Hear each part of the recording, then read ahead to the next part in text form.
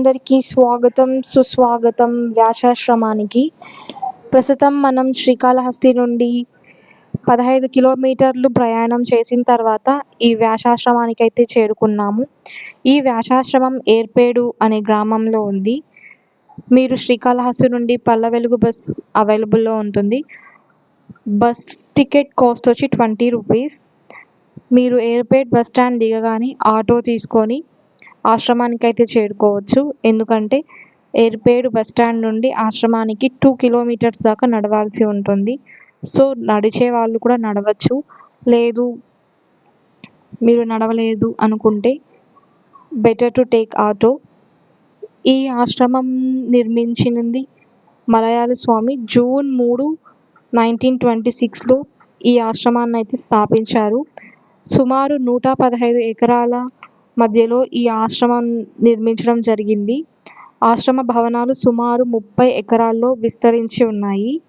ఈ ఆశ్రమంలో కుల, మత, లింగ భేదాలు లేకుండా అందరికీ సమానంగా సంస్కృత పాఠశాలలు, బ్రహ్మ విద్య, ఆరోగ్యం లాంటి సౌకర్యాలు కల్పిస్తున్నారు. వ్యాసాశ్రమం పేరు మీదుగా దేశవ్యాప్తంగా వేదాంత జ్ఞాన సభలు కూడా నిర్వహిస్తున్నారు.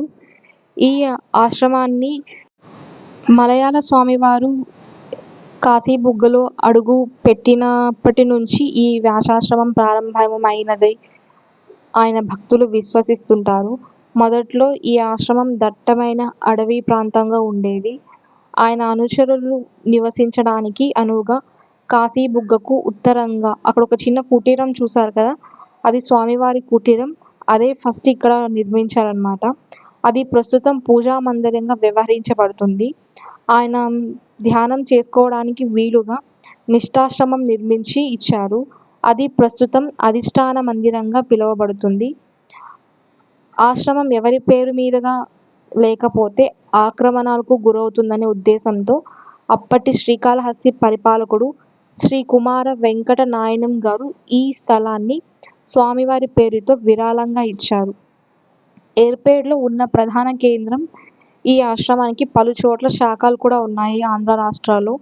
అండ్ ఇక్కడ తెలుగు, కర్నూలు, తూర్పుగోదావరి, ఇట్లాగా శ్రీకాకుళం, నెల్లూరులో కూడా ఇలాంటి ఆశ్రమ విభాగాలు అయితే ఉన్నాయి. ఈ ఆశ్రమానికి పీఠాధిపతులు 3 అయితే మారారనే చెప్పాలి.